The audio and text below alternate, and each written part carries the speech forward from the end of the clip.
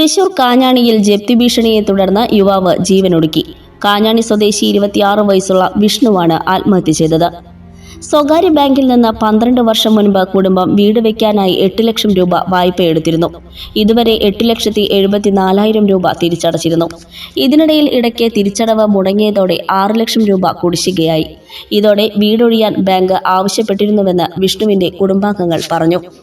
ജപ്തി ഭീഷണിയെ തുടർന്ന് ഇന്ന് രാവിലെ ബന്ധുവീട്ടിലേക്ക് മാറാൻ ഇരിക്കെയാണ് വിഷ്ണു കിടപ്പുമുറിയിൽ തൂങ്ങി മരിച്ചത്. പണമടയ്ക്കാൻ ബാങ്കിൽ നിന്ന് ഭീഷണിയുണ്ടായിരുന്നതായും കുടുംബാംഗങ്ങൾ ആരോപിച്ചു.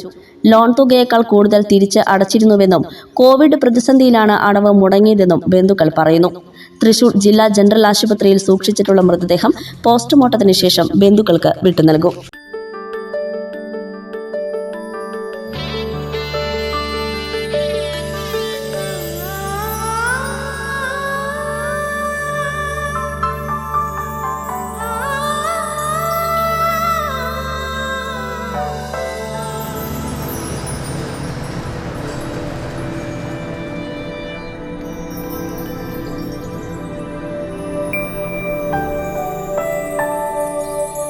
നിങ്ങളുടെ അധ്വാനത്തിന് സത്യമുണ്ട്. ഞങ്ങളുടെ സ്വർണത്തിനും. Ishara golden diamonds, Kodungallur road, Triprayar. സ്വർണത്തിന്റെ സത്യം.